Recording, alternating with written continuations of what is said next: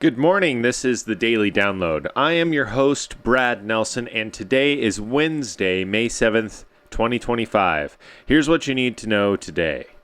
A U.S. jury has ordered Israeli spyware firm NSO Group to pay $611 million in damages, including $167 million in punitive damage to WhatsApp for exploiting a critical vulnerability that allowed its Pegasus spyware to silently infect users' phones. The spyware targeted 1,400 individuals globally, including journalists, diplomats, and human rights activists, through a clickless exploit requiring no user interaction. This marks a significant legal victory for WhatsApp and digital privacy advocates, reinforcing accountability for exploit vendors selling spyware to governments.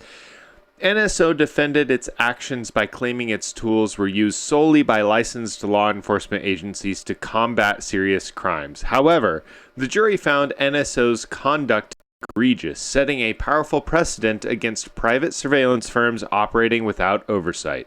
The case also forced NSO to disclose parts of its source code and client details, further exposing its operational secrecy. The verdict signals growing intolerance for companies enabling surveillance of civil society under the guise of security. Polish authorities have arrested 4 individuals connected to 6 DDoS for hire platforms that enabled thousands of cyber attacks worldwide since 2022. These platforms allowed users to pay small fees to flood targeted websites and servers with traffic, disrupting services for schools, governments, businesses, and gaming platforms. The takedowns were part of Operation Power Off, a coordinated law enforcement effort involving Poland, Germany, the Netherlands, and the United States, with U.S. authorities seizing 9 related domains. Dutch investigators even created fake booter sites to deter would-be attackers by warning them of legal consequences. These arrests and takedowns represent the latest action in an international crackdown on DDoS as a service operations, which often disguise themselves as legitimate stress testing tools, but are primarily used for cybercrime. The UK's legal aid agency has reported a cybersecurity incident that may have compromised financial information of law firms contracted to provide legal aid services in England and Wales. The agency, part of the Ministry of Justice, notified providers in a letter, stating that while it can't confirm data access, there is a risk that payment data may have been exposed. The UK National Crime Agency and National Cybersecurity Centre are investigating the breach and assisting the LAA. This incident follows a wave of cyber attacks on UK businesses, including Co-op, Marks & Spencer, and Harrods, all reportedly tied to the DragonForce ransomware group using scattered spider tactics. In response, the NCSC has urged all UK organizations to strengthen their cybersecurity, calling these events a wake-up call.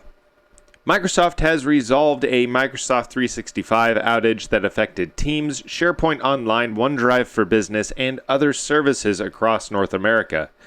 The incident, which began earlier in the day, stemmed from high CPU usage on part of Microsoft's Azure front door infrastructure, leading to degraded performance. To mitigate the problem, Microsoft rerouted traffic and performed infrastructure adjustments. They confirmed that the outage was caused by a section of AFD performing below acceptable thresholds, with further investigation ongoing. This marks the latest in a string of recent service disruptions impacting Microsoft 365 platforms. CISA has added 2 older SonicWall SMA vulnerabilities to its known exploited vulnerabilities catalog due to signs of active exploitation.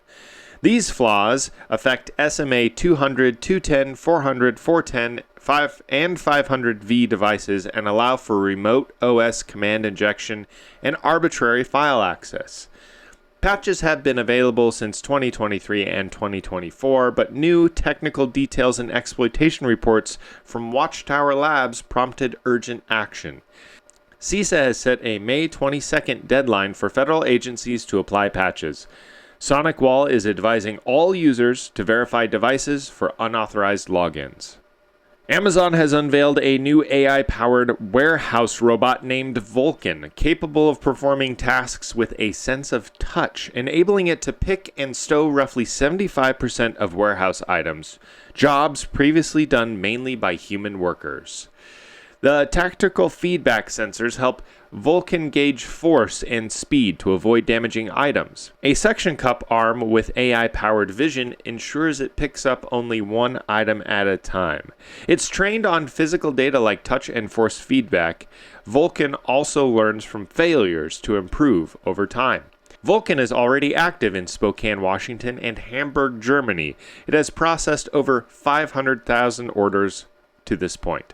Amazon says Vulcan will assist, not replace human workers by handling difficult-to-reach items, reducing strain and injuries. However, with over 750,000 robots already in use, the rollout across the US and Europe may raise further concerns about the future role of Amazon's 1 million warehouse employees. A new AWS Generative AI Adoption Index reveals that generative AI has overtaken cybersecurity as the top global IT budget priority for 2025, with 45% of IT leaders planning to prioritize AI investments over traditional tools.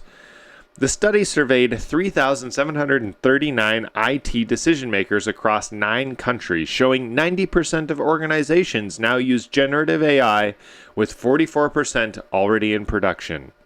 60% of the companies have appointed a chief AI officer, signaling a major shift in leadership to manage AI initiatives. These organizations averaged 45 AI experiments in 2024, but only 20 are expected to reach production by 2025 due to talent shortages. 92% of the companies plan to hire AI-skilled talent in 2025, and 75% will implement training programs to bridge the skills gap.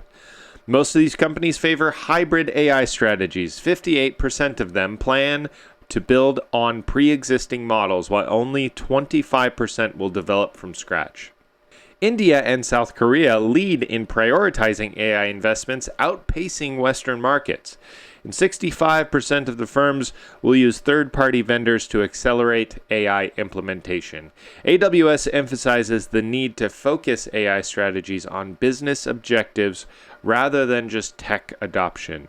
Generative AI is becoming essential enterprise infrastructure. Success will depend not just on investment or advanced models, but on how well organizations align AI with real-world business goals, and how quickly they can move from experimentation to execution. And that brings us to today's tech tip. Don't just experiment with AI, align it with business goals. With generative AI becoming a top budget priority in 2025, the most successful organizations aren't just running experiments. They're starting with clear business outcomes in mind. Before deploying any AI solution, ask yourself, what problems are we solving? How will AI enhance this process or product? Do we have the right data and team in place? And here's a pro tip. Use retrieval augmented generation to combine your proprietary data with foundation models. It's a powerful way to tailor AI outputs without training a model from scratch. Thank you for listening to the Daily Download. All sources for today's stories will be in the description below. This episode was brought to you by FRCS Tech, your partner in business technology solutions. If you want to learn more, visit us at www.frcstech.com. And I'll see you tomorrow.